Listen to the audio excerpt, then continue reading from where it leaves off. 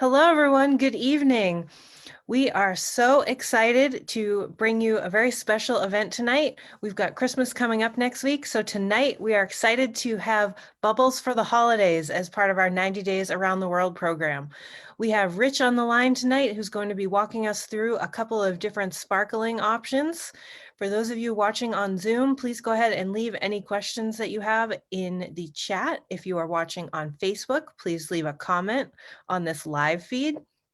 For those of you watching on Zoom, I hope you had a chance to download your mail-in rebate and be able to taste along with us tonight. So Rich, I am gonna send things over your way. Let's get started with this tasting. It's Friday night. The holidays are coming. We're so excited to have you. Excellent. Hi, Caroline. Thanks for having us. Hello, everybody. Happy Friday. TGIF. We were joking that in the pandemic situation that Fridays don't seem nearly as exciting as they used to be, but I'm excited to be here with you. And honestly, I needed an excuse to open a bottle of champagne tonight, so I'm pretty happy. My name is Rich Buchanan. I'm an educator with Moët Hennessy, based out of New York City. And I've been in the business for about 18 years. In fact, I just celebrated last week my 18th year anniversary with Moët Hennessy. I started when I was 12. That's my joke. Tonight, we're tasting through 3 sparkling wines. We're going to be doing the Moët Shendon Imperial, the Vulcliko Yellow Label, and then from California, the Shendon Brut. I think I got that all correct. And I had a little plan here. What I thought we would do to start our little time together is do a couple of quick champagne basics. Now, I have to imagine some people out there are probably very familiar with the category and they drink a lot of champagne and they have cellars of champagne. I'm sure some people are fairly new to the category. And basically what I want to do is make sure that we're all kind of at least on a good, even level of knowledge before we start our little trip into tasting champagne. So we'll do a little champagne basics. Then we'll talk about the 2 champagnes that we have, the Moët Shendon and the Vulcliko, and then we'll fly to California and visit Shendon. Also, there are some pop quizzes. So we'll have some quizzes and there are prizes. I think the prizes were Caroline, I think it was a pony. Is that right? We're giving away a pony? No? Yes, No. everyone, that is correct. We are giving away ponies and unicorns tonight. Oh, No, excellent. And unicorns. Okay, just excellent. kidding. So we will have some little pop quizzes with some prizes of some sorts. We have 5 bottle stoppers up for grabs. So be excited, answer the quiz, get a little stocking stuffer for yourself. And as someone who's in the quote unquote champagne business, you can never have enough bottle stoppers. Apparently we don't make enough in this business because everyone's always asking me for one. So they actually are quite valuable. Okay, so here we go. I came up with a list of 8 things I'd like you to know about champagne before we start. So 8 things, only 8 things, not a lot of things, just 8 things, all right? So number 1, are all bubbles champagne? Nope. That really should just be it right there. Nope, not all bubbles are champagne. The category, the way I approach champagne is we have the big category of wine. So we have still wine and then sparkling wine. And of course, on the still wine side, you have your white wines and red wines and rosé.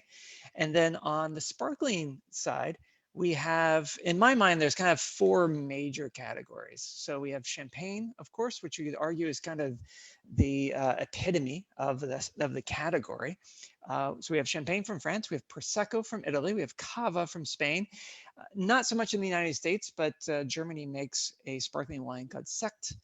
And then we have sparkling wine from, I mean, almost every other wine region in the world. So you have a lot happening in Brazil and Argentina and in Australia.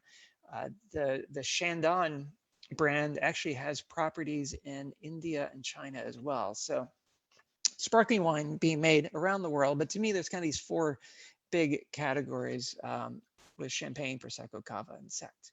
So not every sparkling wine is champagne, but every champagne is a sparkling wine. Let's talk about where champagne is made. You've all probably heard that little saying, right? You know, real champagne can only be made in Champagne, France. So there actually is a region in France, in the northeast corner of France, and it's fairly small. So tonight we're tasting 2 champagnes and 1 sparkling wine from California. But I do like to point out the fact that this is a very small category for champagne. Champagne is 0.6% of wine produced in the world. 0.6% of wine produced every year comes from the Champagne region. So the fact that we're tasting 2 champagnes tonight, uh, that's pretty great, right? If champagne is less than 1% of wine in the world, that's some pretty cool odds right there. So for the champagne category, we're always dealing with a fairly small amount of wine. There's not tons and tons of champagne out there. It's a fairly rare wine in the grand scheme of things. Number 3, the location. So I mentioned there's this region, the Champagne region, in the northeast corner of France. It's near the German and Belgian border. It's about an hour and a half, 2 hours from Paris. I always recommend, if you can make it to Paris, take a day trip. It's an awesome day trip. And the history in this area of France is amazing. So there you go. So it's in the northeast corner of France. One of my favorite little factoids is if I drew a line across the ocean to North America, you can see that in terms of latitude, the equivalent in terms of latitude is further north than the United States. So we're hitting Vancouver on the West Coast. And I mean, imagine making wine. Look on the East Coast. Imagine making wine.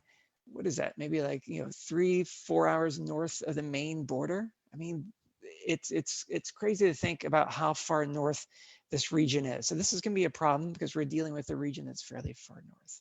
All right. So there's the location. The idea of terroir. I'm sure many of you are familiar with the idea of terroir, but terroir is the way I very simply describe it is if I gave each and every one of you a little Pinot Noir vine, and I said, go plant this in your yard. And let's say that we're coming from, all over the country. Let's say the people on this call are from all over the country, and I give you each a little vine, and you go plant it in your yard. At the end of the day, when you harvest those grapes at the end of the season and you make some wine from it, all these wines are going to taste different because the impact of the soil and the temperature and the amount of rain and the altitude and all those factors that make your little yard unique will impact that flavor and impact those aromas. And so we talk about this idea of terroir, the sense of place. The reason why wine in Napa Valley compared to Sonoma Valley or compared to Champagne or Bordeaux or Burgundy is different is really about the place where it's coming from. And so Champagne, in terms of the terroir, has the best of both worlds, the worst weather and the worst soil. This is an actual picture from the Champagne region. They do get a bit of snow. First of all, the soil is chalk, type of limestone. I like to imagine that we go into the classroom. Apparently they don't use chalk anymore in school, I was told, but let's pretend we're still using chalk in classrooms.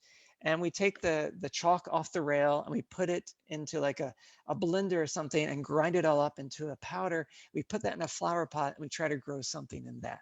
And this is what we're dealing with in the Champagne region, a nutrient poor,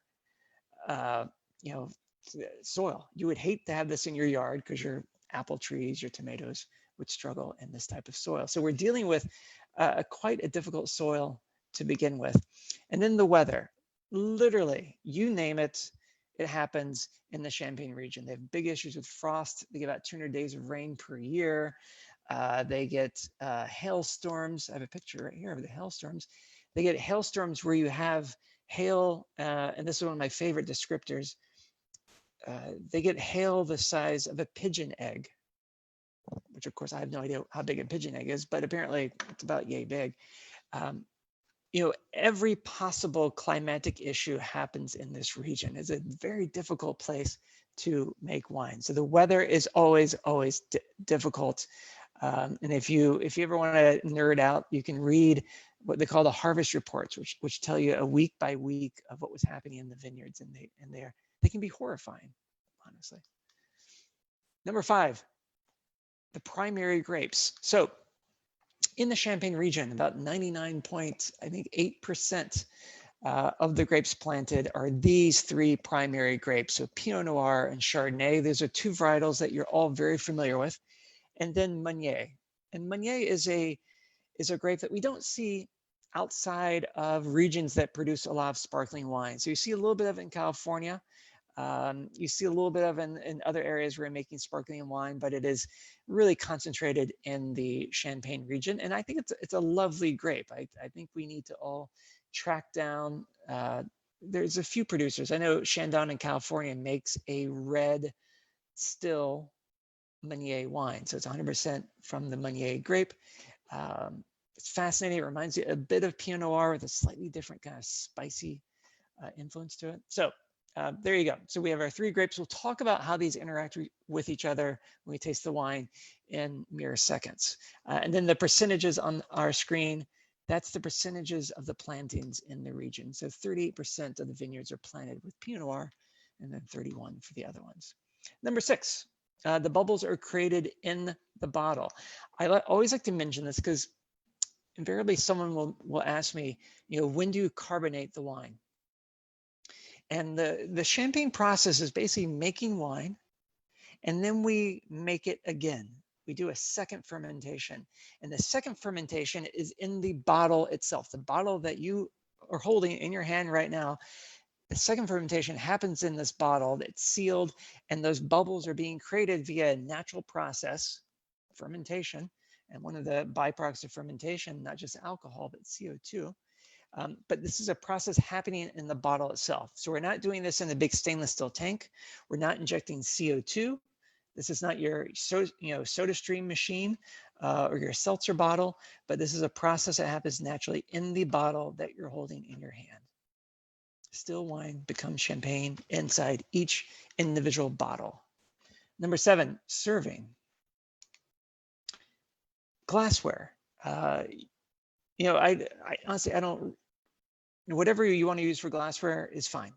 But we always like to talk about the difference between a flute and just a standard white wine glass. And a champagne flute is very pretty and it looks awesome and it's very elegant.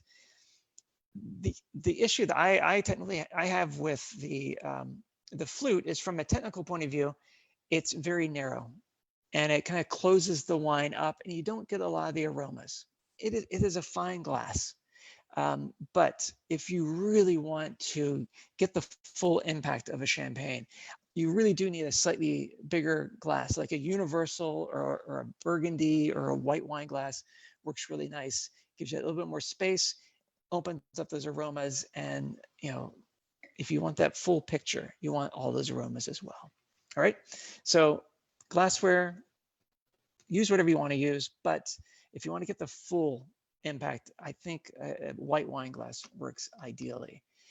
Temperature wise, for the two champagnes and the sparkling wine we have tonight, I would probably recommend that 46 to 48. So take it out of your fridge, maybe if you're having it for a dinner or something, take it out maybe 10, 15, 20 minutes before you want to open it. Let it warm up a tiny bit. If you're doing a champagne that's an older, like a vintage, so for instance, Dom Perignon's 2010, if you're tasting that, or the Moët Shendon 2009, I would actually probably serve those a little bit warmer. So we're looking at that 50 to 55 degree range. In fact, my wine fridge is set to 55 degrees, and that's how I store my champagne, and that's how I serve it, is at that temperature. And then food pairings, very important. I think a lot of people, and I put myself in that category. When I started in the business, I didn't think about food pairings with champagne, but it is actually a very versatile wine. And in many cases, I think it's one of the great food wines in the world. So obviously you can do all sorts of these kind of traditional, what you would think about like seafood. So lobster is amazing, caviar, sushi to me is kind of the pinnacle. I mean, I think the pinnacle of cuisine, this is my opinion, but the pinnacle of cuisine is sushi, and I think the pinnacle of wine is champagne, and the two of them I think go really well together. On the other hand, it works very well with fried food. Champagne does, because you have that lovely bright It's technically acidity, but that brightness in the wine really loves salt, and that plays really well together. So think about fried calamari, think about fried chicken, some sort of tempura fried seafood. Also anything that's fairly rich. I think I have a picture on the screen of like raviolis. Imagine like maybe it's like a truffle, or maybe there's even a sauce that might be involved with it. That brightness in the wine can cut through, fat. It can cut through that cream and give it a nice balance.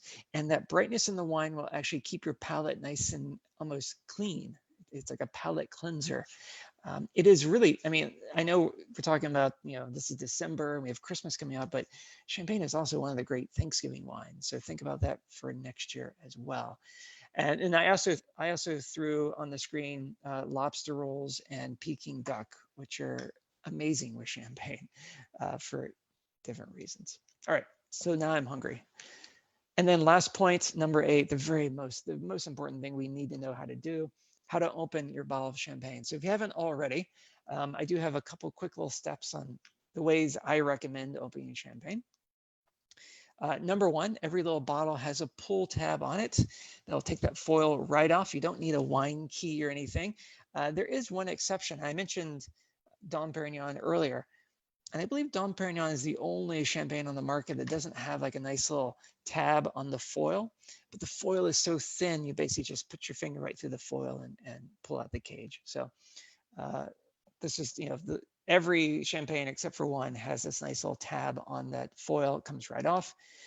As soon as you start undoing the cage, you have a thumb, you have a hand or a towel, however you want to do this, on top of that bottle. We have 6 bars of pressure in this bottle, which is the equivalent of a tire on a double-decker bus. Like, I'm not trying to get people nervous about opening Champagne, but you just want to respect the fact that there's a good bit of pressure in that bottle. Therefore, as you're opening this, you don't want to point it at anybody or anything that's breakable or of value. If you're thinking to yourself, I wonder if this is Rich's Christmas card.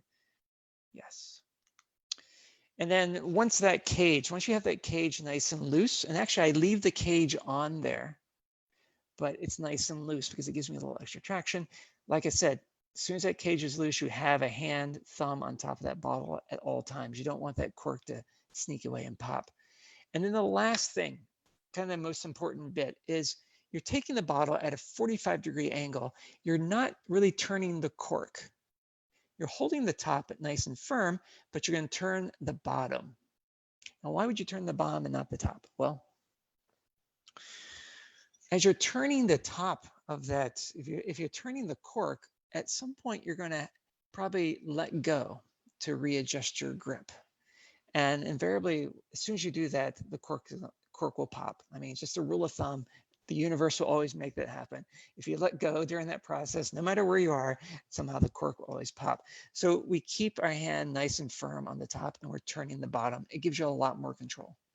All right. So I hope we've all popped our bottles of Champagne if we haven't already. We're going to start with the Moët. Do we hear pops? I probably should have done some audio of pop sounds.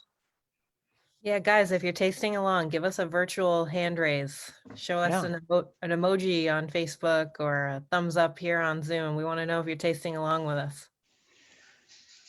But we have a chat challenge, pop quiz. This is exciting.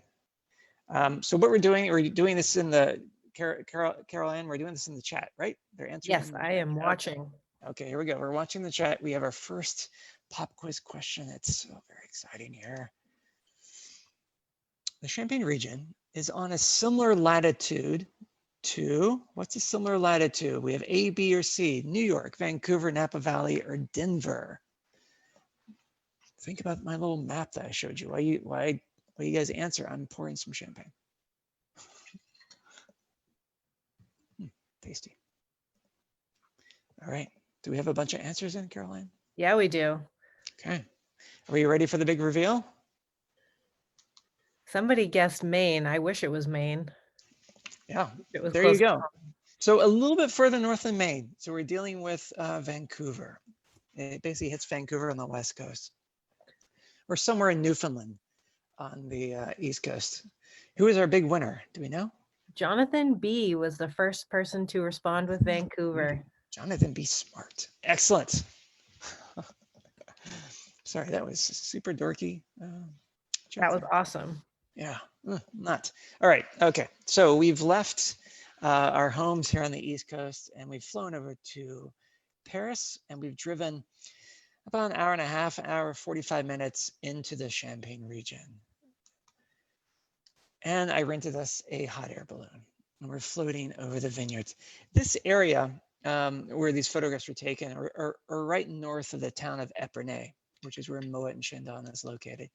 And you may be thinking this is some nice photoshopping and stuff like that, but it is really this gorgeous. I can put my Instagram handle on at the end, and I have some Moët pictures somewhere in my feed, but it is gorgeous. And there's parts of it where it's just as far as the eye can see, vineyards, vineyards, vineyards. So there we are. We're visiting Moët and Shendon. First things first, my first day at work 18 years ago, and this is a true story, 18 years ago, I said, oh, great. I love Moët Shendon. And I can't even say it anymore, actually. And my boss is like, nope, it's not pronounced Moët. It's pronounced Moët. And she explained to me that the Moët family was from Belgium. So modern day, well, Belgium, but Flanders. So the Flanders section of Belgium. And the name was Dutch in origin. And in France and many countries, you pronounce the family name as the family pronounces it. So for Americans, we basically say it's Moët, Moët, that nice T on the end. No way will you say Moët. Founded in 1743, we're going to be talking about Clicquot in a minute, another house founded in the 1700s. And the history for these champagne houses that were founded in the 1700s is incredible. We could literally spend hours upon hours talking about the history of just one of these houses. And you think about everything they went through, you know, the French Revolution and world wars and invading armies. So, you know, it's amazing history. 277 years, I think, is the age of Moët and Shendon right now. I had a picture on the screen. This is Claude Moët, who is the founder. And I just want to give him a quick shout out because he was super smart. He had been a wine salesperson and he got tired of selling lousy wine from what we can tell. He got tired of the quality of the wine he was selling. And so said, you know, I can do better than this. And so started his wine business in 1743. And he got his wine into the various royal courts. And that was kind of his first customers. And so, you know, within about 8 years, almost every major royal court, royal family in Europe and into Russia was busy drinking his wine. And that's major. I mean, that is, you know, some celebrity endorsement, if you will. And I do like to also think about the fact that this is in 1743 and he's, you know, this is being done by foot, by horseback. There's no airplanes, there's no iPhone, there's no GPS. It is kind of insane to think about, you know, traveling around all over the corners of Europe, selling his wine, and yeah, being gone for months and months and months at a time. So amazing to think about what that was like back then to get his wine into the hands of royalty all over Europe. And I think getting this wine into the various royal courts really cemented the idea that champagne is about royalty, celebration, luxury. It's been in the United States for quite a while, 1787. So before the Constitution was enacted, this is an actual painting of them signing the Constitution with a bottle of Moët and Shendon. Not really, that's a Photoshop, but let's pretend that that's they were doing that. And then a fun little factoid is every second of every day, there's a bottle of Moët and Shendon opening. So I'm happy to see that, you know, we help to contribute to that little stat. So each of you had your little second, and you were the bottle of Moët and Shendon being popped every second of every day. I wanted to talk, before we talk about the wine, literally we'll be talking about the wine in a minute, but I want to talk about a couple fans of Moët and Shendon. Josephine Baker, a huge fan of Moët Shendon, and she came to visit the cellars at Moët and brought her pet panther, as you do, and toured the cellars with her pet panther. There are apparently photographs of this somewhere at the house. I've not seen them yet, but apparently they do exist. Anime Wong was the first Chinese American actor, and she was noteworthy because she was one of those few actors that made the successful leap from silent into the talkies, into normal film. And she was also an international star as well, the first Chinese American international star, and was a huge fan of Moët Shendon. And this is a photograph of her from the 30s entitled Top Hats and Champagne. And then we have, of course, Queen Elizabeth II, who apparently drinks a glass of champagne every single day. And if you look at your bottle of Moët Shendon, on the back, you'll see the royal warrant. This is this little seal on the back of the label there. And that basically says that we are allowed to sell to the royal family. We have gone through the approval process, that we are approved wine, approved champagne for the royal family in England. And then last but not least, in terms of the people I wanted to give a shout out to, was Dan Gurney. So here he is. And then in the early 60s, he just won Le Mans, and he takes his bottle of Moët and Shendon and shakes it and sprays the crowd. And this is the first time in history we have this idea of spraying the champagne from the podium onto the crowd. And it's such a simple thing. And it's something I feel like we all kind of take for granted. That's what happens at an NBA game or at the end of a Super Bowl or World Cup or whatever. But it had to start somewhere. And the insane thing is that we know where it started, and we know with who it started, and we know the wine was Moët Shendon. So this idea of celebration starts with Moët Shendon, and then 7,500 glasses consumed during the Golden Globes. We've been the official sponsor for a decade or so. All right, so we have our 3 grapes. We're going to talk about Clicquot, and we're going to talk about, when we talk about Clicquot, we're going to talk about how they are all about Pinot Noir. They love Pinot Noir. There might be another house we could talk about that loves Chardonnay. In fact, Shendon, we'll talk about later, loves Chardonnay. The wine that you're going to be tasting is predominantly Chardonnay.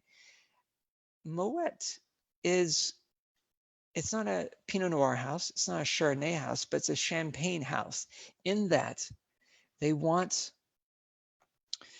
the blend of these 3 grapes to be almost equal, or to kind of match the percentage of the grapes planted in the vineyards. And we saw that earlier, 38%, I believe, of the Pinot was planted to Pinot Noir, and Chardonnay and Meunier were 31%. The goal is to represent the region of Champagne. The goal is for this wine to be an ambassador of the Champagne region to the entire world. So they're trying to match the ratio of these 3 grapes in the bottle itself, which is pretty cool. Oh my God, there's another chat challenge. They're coming fast and furious. We're so excited. All right, second question. Here we go. How would you describe the growing conditions in the Champagne region? Okay, how would you describe it? Let's see. Here's our answers. Idyllic and perfect, or difficult all the time? One of these also describes, is how my wife would describe me. All right, I'm going to give it to Jim Townsend, who responded before you even showed the answers with the word difficult. Jim, awesome. There you go. Exactly. Please, I mean, I'm really passionate about this idea. I mean, I know that talking about the weather is not super exciting for wine, but when I started in this business, I think, like a lot of people, you think of champagne as this kind of light, fun thing that you drink for celebration. And then you start digging into it, and you start looking at the challenges and the literal blood, sweat, and tears that are often involved in making this wine. And you realize that, behind the scenes, there's a lot of drama, and there's a lot of stories. And so one of the factors is the weather is so difficult. All right, here we go. Sustainability, the environment. The most green Champagne house is Moët and Shendon. They are leaders in the sustainability movement, period. They are setting standards, and they are working with, most importantly, with the farmers who they work with. They work with a lot of different farmers in terms of these vineyards, and they're making it easier for these farmers to be able to afford to, get the paperwork done, to learn what's needed so that they can grow their grapes in a sustainable and then ultimately in an organic manner. So the sustainability movement in the Champagne region is led by Moët and Shendon. And the other factor is that it's not just about the vineyards. It's not just about the gorgeous vineyards and making sure they're being, the vines are being grown in an appropriate way, but it's also about the winery. It's also about water recycling and packaging and glass and electric vehicles and how they get the wine from a winery to a warehouse to a ship to you. And so every single element of this process, they are leading the charge in terms of sustainability in the Champagne region. That is a true fact. And we have 17 miles of cellars to store these wines. 17 miles. It's a lot of cellars.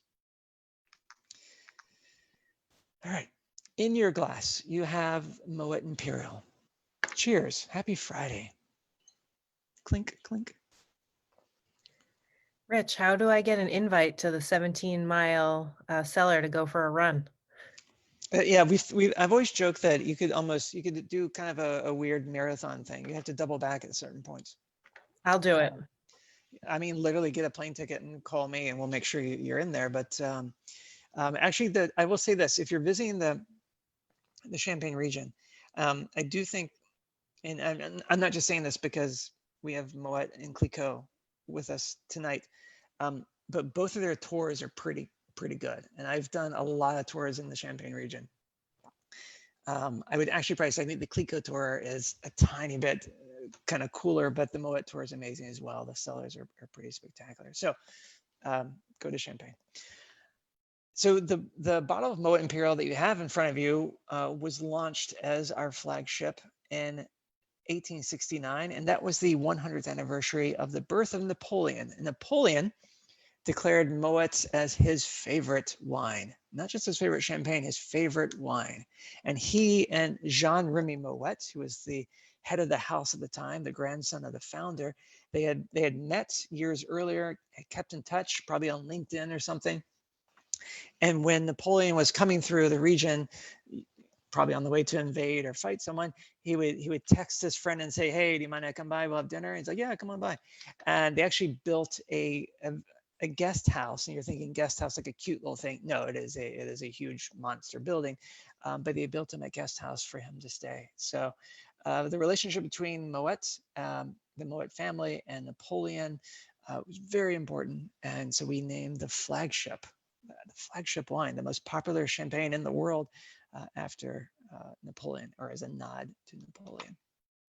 And this is the man who makes it, Benoit Gouez. He is our chef de cave, our head winemaker. He has a team of 9 winemakers who work with him, but one of the more talented and most well-regarded and well-respected winemakers in the region. And to make this wine, he takes about 100 separate wines and blends them together. So this is very much a crazy, insane blending exercise. And at the end of the day, we get these lovely fruit notes. So on the nose, you should get some kind of, obviously some citrus. I think about green apple, but we're thinking maybe, take your glass and give it a little swirl. We're thinking maybe slightly underripe, like Granny Smith, so like that very hard green apple. I think there is some kind of notes of peach and pear, so a slight softness, I think, especially on the palate. So as you taste it, notice how kind of almost supple and soft it is, even though you've got that kind of tart element as well. And then I think especially on the finish, you get that, everyone likes to refer to it as a kind of a brioche note. So the breadiness, the yeastiness, and that is due to, can people hear my wife sneezing? Just curious. She was just sneezing really loudly. It wasn't that loud. It wasn't that loud, okay. So we age this wine on the lees. So that's the yeast, the leftover yeast from the fermentation. It stays on the yeast in the bottle for a minimum of 2 years. And that time on the yeast, it picks up some of that flavor. And so you get some of that slight breadiness. So think about kind of toast, brioche, uh, almost sourdough sometimes, but that kind of bready, yeasty note as well.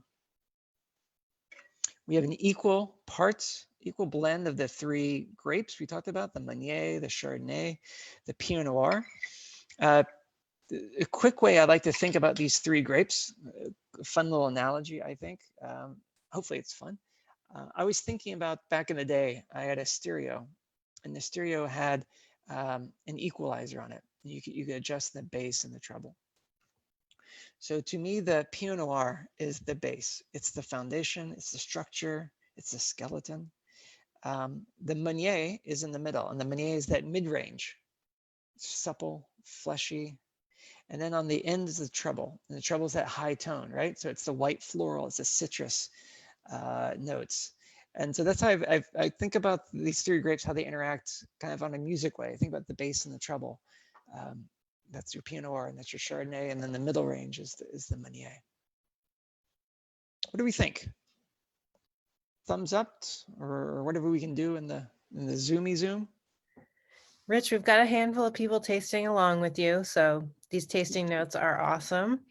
I'm glad that at least some people were able to pick up some product in advance to taste along tonight. So I hope you guys are enjoying some bubbles for your Friday night. Bubbly Do we have Friday. any questions or anything? Are we good? We do have a few questions for you if you don't mind. Sure, I'll take a question. Yeah, bring it. So Tracy here on Zoom is curious how you got involved in the wine business. That's a good question. I don't. I always say that the importance of university and of college is who you know and who you meet. And I was hired by two college chums who worked at the company, and I came in a very different area of the business. I was more kind of technology based. I'd worked for a .com and came in to run some projects. But how I got into brand education is a story that I think you see repeated in a lot of the wine world. I think about the House of Krug. So Joseph Krug, who founded Krug, was an accountant, and he started working the business and fell in love with the business and basically wanted to be closer to kind of the wine itself. And so then he started his own champagne house. I realized that I loved the portfolio within Moët Hennessy. I love the champagne category. I love still wine. I love cognac. I love Scotch. And I guess I had a knack for retention of facts, which is a pretty handy thing as well. And so at some point, many years ago, I started doing a lot of education. So I went through the WSET program and paid for it myself, which I think was a great sign to the bosses at work that I was serious about this. I wasn't trying to get the company to pay for it. They wouldn't, because I wasn't like in education already. And I was like, well, I want to be in education. And then I basically, anytime anybody was in New York, or I had a chance to talk to winemakers or anyone, in any connection to the business, or if I could work any sort of events, I spent years standing behind tables at events pouring people wine, just for the knowledge and the experience. So a very strange routes in the grand scheme of things, but school, there you go. I'll answer the question. I took a lot of wine classes. Awesome. Thank you, Rich. And so we actually got that same question from Emily on Facebook, but wanting to know how Chad got involved in the wine business. Oh, Chad. I feel like I started working retail in our liquor and wine outlet stores right out of college, and it started as a summer job, and I just kind of fell in love with it. And I used to always tell my employees that there's always something that someone loves about the business, whether it's the agricultural side or the retail side or the marketing side, and it just kind of blossomed from there. went from as a simple part-time job, and I just kind of worked my way up and just kind of kept falling in love with different aspects of the business. I like that we both have kind of talked about, it's falling in love with it. It kind of hooks you. You're like, oh no, this is amazing. I'm around, wine or champagne, all day. Yeah. It's about love. Awesome. Thanks, guys. Chat challenge. Oh, these are very exciting. Oh, I'm just sweating. So exciting. Here we go. I'm Here we ready. go. All right. Ready to watch for the answers. What grape varieties are used to create Moët and Shendon Brut Imperial? Now, this is a tricky one. You have to wait for the answers. There you go. So what are the grape varieties used to make Moët and Shendon Imperial, the wine that you're drinking right now with me? Is it Chardonnay and Pinot Noir? Is it Chardonnay only? Is it equal amounts of the three? Or is it 100% Pinot Noir? Enter your answers. Carol Ann, what do we have? We have 27 answers. Wow. And they're all a little bit different. And I'm going to be honest, in my mind, I am torn between two. And I'm moderating this event. And Should I reveal the correct answer? you have to tell me. It was C. So almost equal amounts of Chardonnay, Pinot Noir, and Meunier that go into our Moët and Shendon Imperial. Mike Stavros, first person to answer correctly. I will be emailing you to get your address. Excellent. Good job. Excellent. All right. Any other questions about Moët and Shendon before we leave the town of Epernay? Yes, one of them just got buried by all of the trivia, but hold on one second. Okay, here it is. Is the Imperial on the low end of the price range? I guess putting in perspective, for the non-vintage category of kind of like flagship champagne. So each champagne house has like a flagship non-vintage champagne, the cornerstone of their house. I would say price range compared to our competitors, and actually you guys might be able to answer this better, but I would say I think we're mid and maybe slightly higher than some of our competitors. For the Moët and Shendon portfolio, yes, this is I hate to use the word entry level because we're talking about champagne, and entry level implies it's easy to make, which is not the case. But yeah, for the portfolio, this is the youngster. This is the most inexpensive wine. Great. Chad, before we move on, would you mind just sharing the current pricing on this one? Yeah, definitely. So the Shandon Brut is currently on sale for $14.97. It's normally $17.99. The Moët Shandon Imperial is currently on sale for $37.99. It's normally $40.99. And the Vulcliko is on sale for $44.99. Normally it's $49.99. So all of these are on great deals right now. And then you add in the additional rebate, and it's a significant savings to try these products. You're going to cut to me getting in my car and driving up there to buy some bottles right now. Come on up. We just got a ton of snow. Yeah. All right. We are driving about 45 minutes north of Moët Shendon to Vulcliko in the northern bit of the Champagne region. Pronunciation-wise, when I started, I probably said Vouv. And I've heard many different pronunciations of the name. We started a couple years ago really listening to how our French colleagues pronounced it. And we realized that the way they pronounce it for Americans is to rhyme it with love, which is a kind of a nice thing, but we rhyme it with love. And so it's Vulcliko. Vuv is widow. Clicquot was her last name. There actually is a book called The Widow Clicquot, came out about 12 years ago. I would recommend it if you like history and wine. It's a pretty interesting read.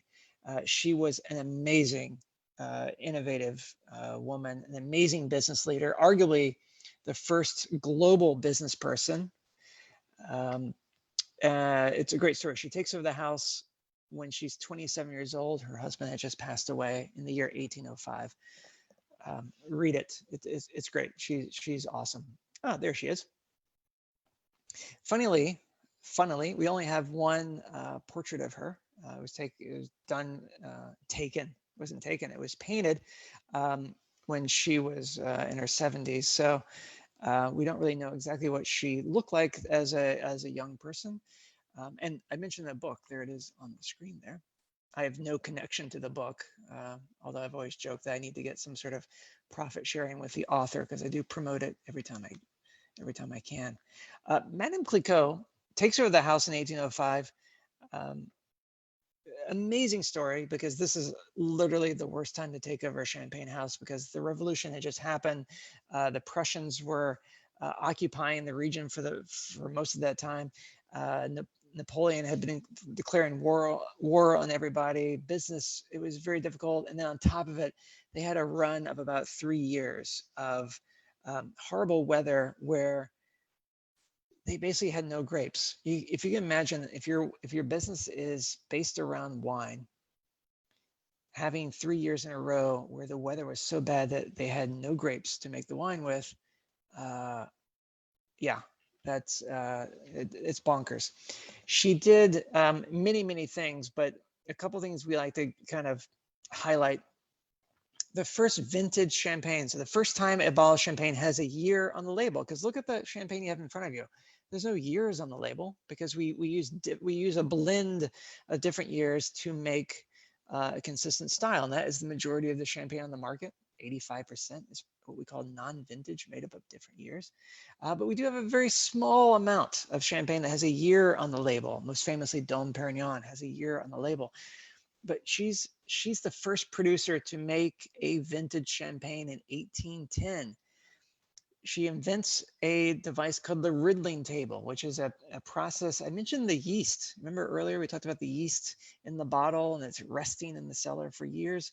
She invented a process to get the yeast out, and not to get too technical, but it basically allowed her to make a wine that was crystal clear. So look at the champagne in your glass right now. It's crystal clear, but back in the day, you would often have a bit of cloudiness and sediment from that yeast, and she invented this amazing process. She also created the process of kind of the modern way of making rosé in the Champagne region. So rosé had been around for a little bit, but she took the technology and basically took it to the next level and introduced techniques that we still use to this day. So pretty awesome. And I mentioned earlier about the grapes. So the House of Clicquot, they love their Pinot Noir. So every wine they make will be sometimes 45, 50, 55% Pinot Noir. Let's go to the cellars. Spooky Christmas. Tonight we're highlighting the yellow label, which is the flagship of the house. It has this very iconic yellow label to make it stand out from some of the other wines they're making at the time. They famously were making a wine that was a white label. It was a slightly sweeter style champagne. And their customers wanted a drier wine. So they made this very kind of bold statement of having this yellowy orange color. And they introduced that back in the 1800s. It's been our kind of icon ever since. So in your glass, I hope you're tasting with me. In your glass, we have the Vulcliko yellow label. You'll see that higher percentage of Pinot Noir. So to me, this wine compared to the Moët will have a bit more of that kind of structure, that foundation. It won't maybe have as much as that lovely kind of supple quality we had on the palate. And then often I think on the finish, you get a slightly almost a hint of bitterness, almost darkness on the finish. In terms of like various aromas and flavors, I don't know about maybe green apple, but to me, this is more red apple and maybe slightly baked apple and maybe slightly toastier bread or toastier brioche. If there's a nuttiness, because there's a hint of a nuttiness with the Moët, if there's a nuttiness with this, it's like we roasted the walnuts or the almonds. So a slightly different flavor profile. And then they lay it down the cellar for 3 years. So, they harvest the fruit, They do the blending, they'll blend in some different years, but from start to finish, we're looking at like a minimum of 3 years from that harvest point. So, a good bit of time before you can release this wine. And as we mentioned with the Moët Imperial, the yellow label is the flagship. Like I said, I don't want to use the word entry level, but it is the entry into the house. Carol Ann, questions? Yes. So a couple of people have left sort of what I'll call various versions of the same question. So we hear about Pinot Noir all the time. We hear about Chardonnay all the time. We don't hear about the third grape as much. Yeah, Meunier. And I'm afraid I'm saying it wrong. Is it Meunier? I say Meunier, but Meunier. I'm not saying that's correct, honestly. But Okay. the French had a little extra twist to it. But yeah, so Meunier is a grape that it's funny. It in some circles, depending on who you're talking to, in some circles, it's a grape that is kind of looked down upon.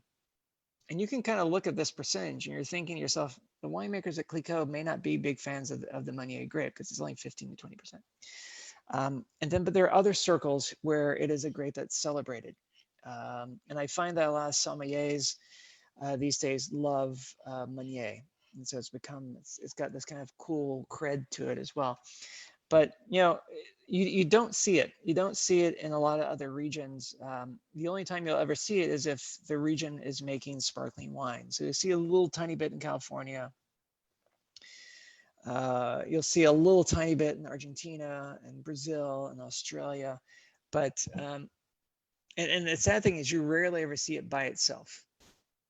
In the Champagne region, I think there's still a couple producers that will do like a special edition, 100% Meunier Champagne, but seeing it as a red wine is pretty rare.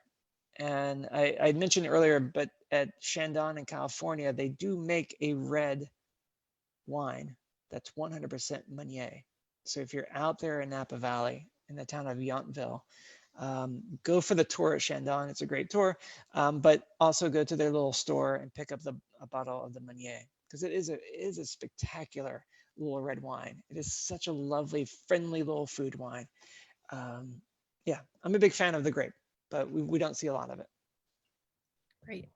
And then one other question we have, I feel like the answer is any of the wines that we are tasting tonight, but somebody on Zoom would like to know which sparkling you suggest for a celebration. No, I think you're right. I mean, I guess we're defining what celebration is, right? Now, I think all of these would work. I guess I might. No, I'm not gonna pick favorites here. I think you're right. Any champagne in general is a great celebratory wine. But if I had to pick a favorite, I think the Moët Imperial as my celebration wine might be my go-to there. So, but it depends. It's our palates are all different. Our likes and dislikes are all different. So it's up to you. I mean, just speaking from personal experience, the champagne we have on the screen is what I celebrated my engagement with. And So that to me, that says so much about these wines. I'd love to hearing stories like that. I was doing an event with Krug last year, and someone said, "Oh yeah, my son was born last summer, and in the delivery room, I snuck in a half bottle of Krug Grand Cuvée, and the first liquid that passed over his lips was Krug champagne." And I was just like, "Okay, that's crazy." And I love hearing these stories where people say, "Oh yeah, this is our, the wine we, when we got engaged or our wedding night or, with, a loved one or whatever it might be." It's one of the great aspects of champagne is I get to hear all these great stories. I did want to give a quick shout out because Clicquot does make a prestige cuvée. So prestige cuvée is basically that level of champagne that's like the best of the best. And theirs is called Le Grand Dame, which was the name given to Madame Clicquot by her customers and her competitors. Le Grand Dame, the Grand Dame of champagne. And I do think this is one of the more underrated champagnes on the market. If you find a bottle, if you see one, if a friend of yours is opening that bottle, knock everyone out of the way to get to it. It's super underrated. It is elegant and power all at once. It's kind of a magical bottle. That's that bottle on the left side. I love it. All right, sorry. I think we got some questions. We had the questions. I answered those. We've got a few more, yes. Oh, sure. Terry would like to know, is there a big taste difference between Prosecco and Champagne? There is. And there's a number of reasons. That's a good question. And I probably should have touched on that a bit more at the beginning, but there's a big taste difference. And so there's a lot of variables that are different. Number one, the region, the land, the soil, the weather is very different. The area where they produce Prosecco is a much easier and much warmer region. They use a different grape. They use a grape called the Glera grape, Glera, which is really exclusively just used to make Prosecco. And I'm not criticizing them, but I do think it's a slightly, the aromatics especially are a little bit more simple. Kind of, you don't have the complexity. And then the process that they make, the process they use to make Prosecco, and this is true for the majority. There are some outliers, of course, like with anything, but the majority of the Prosecco is being made in this stainless steel tank. And it's a fairly quick process. It can be 3 to 4 months from start to finish. And the reason I'm telling you this is because one of the magical aspects of Champagne, I've hinted about this a couple of times, is the yeast. That time that the wine sits in the bottle, in the cellar, with the yeast. And the longer it sits with the yeast, the more flavor it gets, and then tinier the bubbles get. But if you do this process in a stainless steel tank over the course of, say, 3 to 4 months, you tend to get a wine that has a much bigger bubble, and you tend to get slightly more simple flavors. We actually built flavor wheels. You can imagine like the paint wheels of the color spectrums, but it's for flavors. And we built it out like we had a Champagne one, and then we did a Prosecco one, and it was something like a 10 to 1 difference in terms of you had 10 times more flavors on the Champagne wheel than you had on the Prosecco wheel. So basically the point is, yes, I think there is a difference in flavors and texture. You get a bigger bubble, and they tend to be a bit sweeter as well. That said, I'm not criticizing Prosecco. I was in northern Italy and drank my weight in Prosecco the week I was there. And it goes great with ham and cheese and everything. So Awesome. yeah, but there is a difference. Let's see, we've got a few more for you, if you don't mind. Yeah. Brian would like to know, are there any champagnes or sparkling wines that are aged in oak barrels that you know of? There are, and there's some champagnes that are even, they do fermentation in oak barrels, and there's some that they will, the base wines will be, before they go into the blending, they might be aged in oak. The issue is that very important step of the second fermentation has to happen in a bottle, because an oak barrel wouldn't be able to hold in the CO2. The gas would escape, or the barrel would explode. But yeah, there are houses that use oak contact at certain points of the process. In fact, I think Moët Shendon for a while was doing, there's this little thing at the very end that they add to the wine called dosage, which is a way to kind of balance out the brightness and the sweetness of the wine. And it's also because you lose a tiny bit of wine at this last process that they have to do. And the wine they were using for what we call the dosage, they were using some wine that had been actually matured in oak. And so it brought in this hint of spice. That was for a kind of a limited edition wine they were doing. But yes, there is some oak use in the Champagne region, but it's, it's not the usual. It's not the usual technique. Cool. And then one more question from Zoom. How is the Imperial different from White Star? Oh, good question. So White Star was a champagne we had in the United States, and only in the United States, for 100 some years. And around 2000, oh my God, what year was this? Let's say around 2009 or 2010, there was this realization that the American palate was wanting a drier champagne. And White Star was a slightly sweeter style champagne. And so what we did, and also it made no sense that we were making a champagne just for one country. That was silly. We didn't do that for anyone else. And so I think there's a little bit of like, why are we still doing this? This is a crazy idea. And you know, it's also weird too. If you're traveling, we visit another country, they have Moët and Shendon, they don't have White Star. So you're like tasting a different wine, and we're just like, everyone should be drinking the same wine.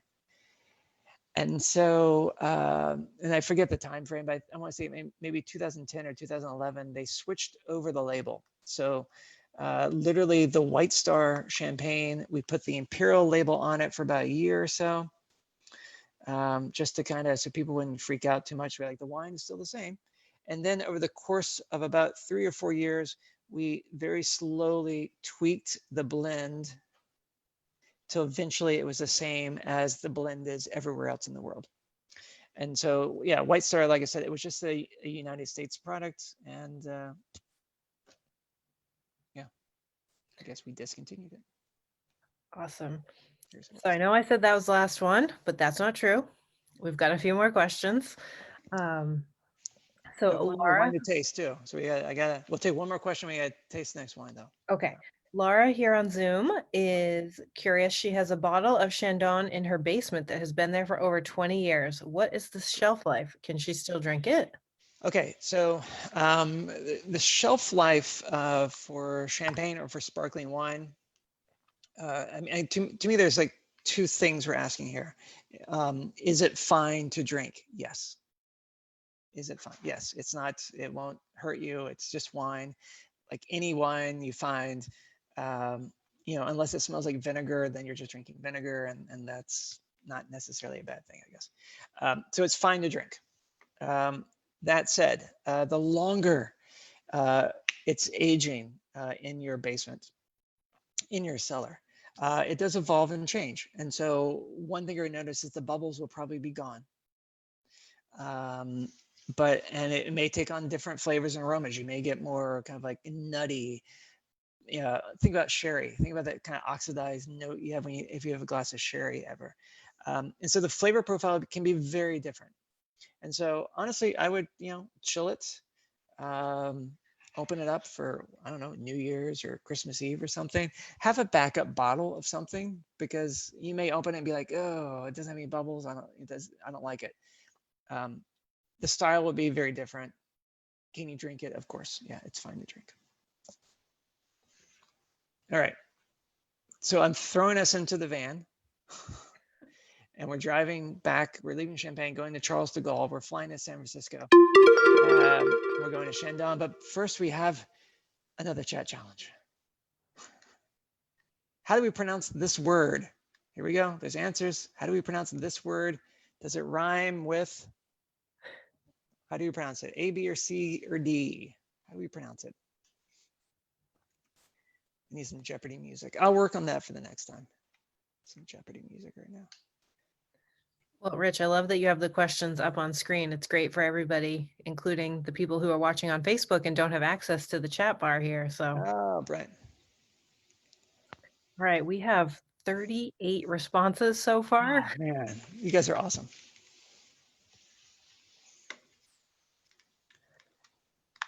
All right. Right. Oh, I have to reveal the answer. Sorry, that's what you're. Responses have slowed. I think it's time. The answer is B. Rhymes with love. Vov rhymes with love.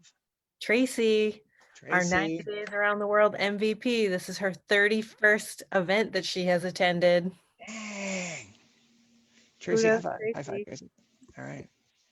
Okay.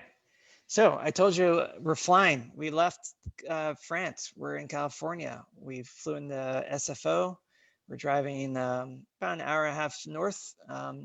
There is an In-N-Out burger that we will stop at. I always stop at when I drive up there. We'll have some burgers, some fries. It'll be great. I got the plane, of course, and it's pretty nicely put together. So there we have some bottles.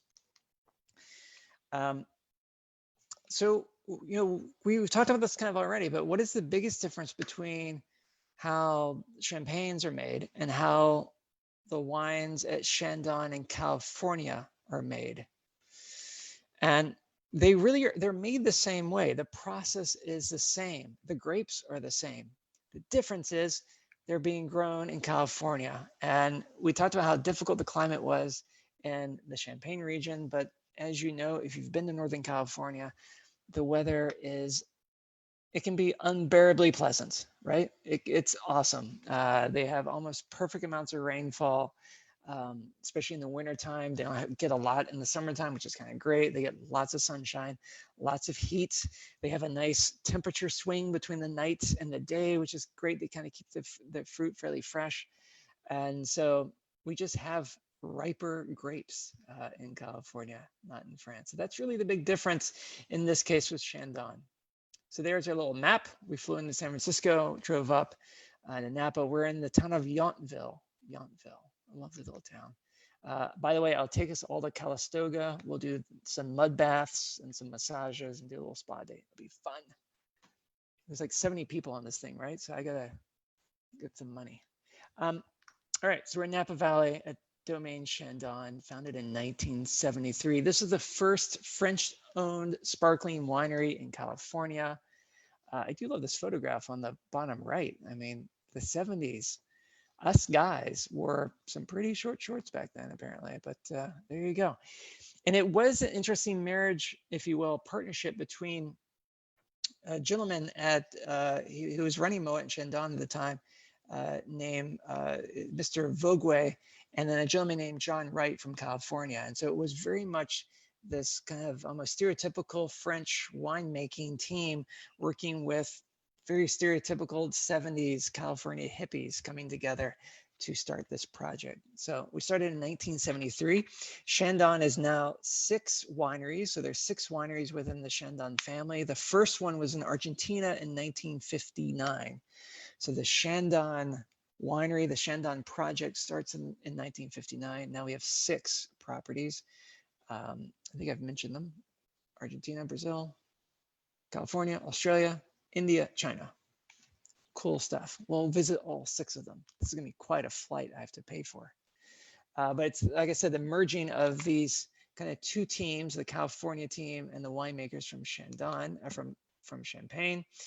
And it's basically taking, you know, the knowledge from the Champagne region and applying it to the terroir, the growing conditions that we have in California. And this is our I almost said our Pauline. This is our winemaker, Pauline Lott, and she is from the Champagne region, was born there, was educated and worked in the Champagne region, and then came over to Shendon, and she's our head winemaker. She's not the first female winemaker. In fact, the very first winemaker we had at Shendon was also the very first female sparkling winemaker in California. So this is not anything new for Shendon. And Pauline got this amazing Wine Enthusiast 40 Under 40 award. She's annoyingly young. I mean, I think she's now 38 or something. And her goal is to basically put California in a glass. And so we're going to taste this wine, and we're going to think about what we just tasted with the champagnes. But we're going to think that the sun is out and the soil has nutrients, and it's a lot easier to grow these grapes there in California. 3 different areas we're sourcing our grapes from. So we had, I don't know why I just skipped there, but we had Yountville, which is where the winery is located, Mount Veeder, which is north and higher up, and then the Carneros region, which is that fun little region that's kind of the southern bit of Sonoma and Napa Valley. It's a much cooler area that's right there on the bay. So 3 different areas, and we're Napa Green certified, which is a big to-do for wineries in California. We have both certifications, which is also a pretty big deal, both certified for land and winery. And we're using the same 3 grapes. Don't know what's happening with the Chardonnay. It looks crazy. And then we harvest the fruit at night. And the reason we do that is at night, the fruit is bright and fresh and crisp. It helps preserve that brightness for the wine. They use this amazing harvesting machine. We got to ride on one a couple summers ago. Super fascinating. And what this machine allows us to do is to get the fruit off the vine very quickly and into the press house to get the juice pressed. And basically, like I said, it's all about preserving that brightness, that freshness of the grapes. Pretty cool. Boop, boop. There we go. So if you're tasting along with me, this is the Shendon Brut Classic. This is the cornerstone of the house. This is their flagship. It is predominantly Chardonnay. So it's kind of cool, right? We tasted the Clicquot that was predominantly Pinot Noir. We had the Moët that was equal parts. And then we have the Shendon that is predominantly Chardonnay. The age that spends in the cellar is a little bit shorter than we saw in Champagne. So they do a little over a year. And flavor profile, they're it's a similar profile, I think, to what we have with Moët and Clicquot. So we get that citrus, we get that bread. There's a bit more of a kind of a richness, a ripeness to the Shendon Brut. So I think they said something about caramel in there as well. Slightly kind of richer, that kind of, brown butter, caramel type of situation happening there. If you haven't already, give it a sniffy sniff.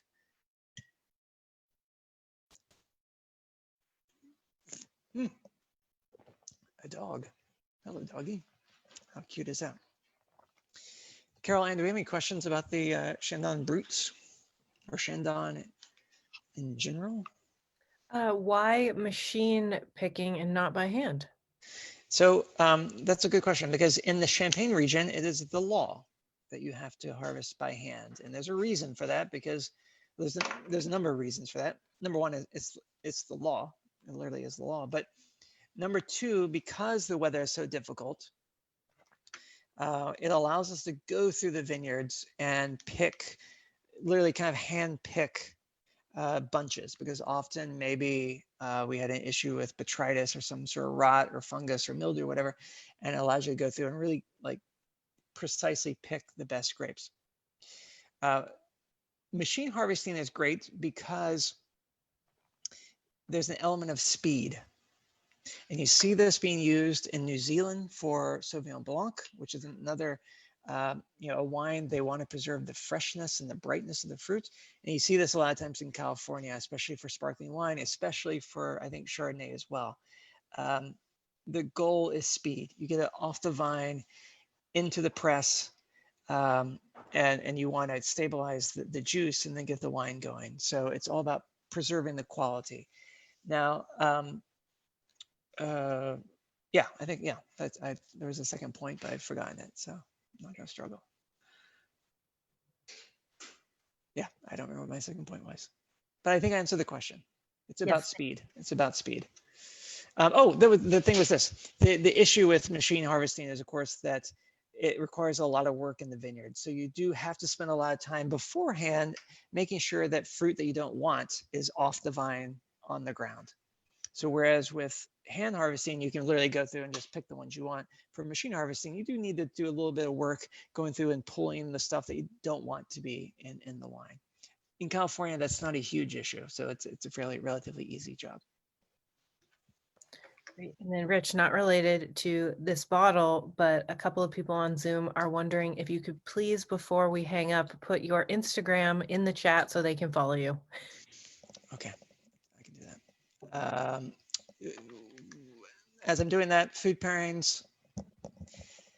This is a fun wine. The Shendon wines are great. They make a rosé as well. If you get a chance to get the rosés, the rosé is one of my favorite summertime. Like you're grilling out like chicken, hot dogs, hamburgers. It goes so well with grilled meat for some reason. But for the Shendon Brut, I love it. I love it with a fried food, fried chicken, fried seafood. I was born in North Carolina, so I have a bit of a sweet spot for what they call a calabash style seafood, which I don't know why it's different, but it's different. It's a different batter they're using. And that, fried seafood, fried shrimp, flounder goes so well with this wine. So super versatile. Okay, I'm at, my username is stupid, but it was pretty funny in 1987. There you go. Happy Robot USA. but yeah, food pairings for these wines, for champagne, for sparkling wine. To me, this is what we're missing. This is the missing puzzle piece. These wines are super versatile. I think a lot of times they're like, oh, they won't stand up to, you know, steak or whatever, which is not necessarily true. And let's all be honest, are we eating steak every night? Yes. If I go to Old Homestead here in Manhattan and have a lovely filet mignon, medium rare, super charred, I do want something that's big and tannic and red. Yes. But the majority of the food I'm eating these days, and by these days, I mean the past 20 years, champagne is perfect. You know, it's a lot of seafood, it's a lot of poultry. It's a really perfect wine for food pairing. So I'm not even pushing Shendon or Moët or Clicquot as being the ideal food wines. Literally, champagne as a category, I think, goes great with food. I'm sorry, I was reading the chat. There you go. Oh, thank you, Carol Ann, for making it linky. Very welcome. That's the technical term. I think I have another question. I think I have a final question here to answer our chat thing. Let's see here. Love that little sound. It's so cute. What is the name of the winemaker at Shendon? So Shendon, California. What is the name of the winemaker? Now, these are all real people. Like the other answers are actual people, as you probably can tell. All right. We've got lots of answers so far. Oh, they're coming in quick. I think we should give everybody another second. So Okay. I can while take you a guys sip of take another wine second. here. Yeah, Rich is going to take a sip while we give you guys a second, and I'm going to tell you tonight's code word. So if you are playing along with our Passport app, you can get 100 points for attending tonight's event by entering the code word bubbly. I didn't know there were code words here. Carol Ann, you did not mention code words. Rich, I'm sorry. I don't think I told you about our ultimate home bar giveaway that we're doing. Oh, that sounds pretty good. I wonder if you're eligible to win, because you definitely get points for attending tonight. My wife would throw me out of the apartment if I brought more bar gear home, honestly. All right, let's show the answer. Ding, ding, ding, ding. Mary Watts, you answered Pauline. correctly first. Good going, Mary. High five, high five, high five. Benoit Gouez, the C option, is the winemaker at Moët Shendon. Ann Dempsey is a winemaker who works with us, makes a fun little wine out in Sonoma called Smoke Tree. And makes another one called Skyside. And she used to work at Gunlock Bunshoe. And then Helen Turley, of course, a pioneer in California wine business. All right, final. Any questions? What did I miss? Well, Rich, I think that we could probably keep you on for another couple of hours, just reading you the comments about how great the presentation has been and all of the pairings that people agree with that you've been sharing. So, but I mean, it's almost the weekend. We won't keep you on until 10 o'clock tonight. Don't worry. Give me one question. How about one question? Okay. Let's see. A couple left. Ooh.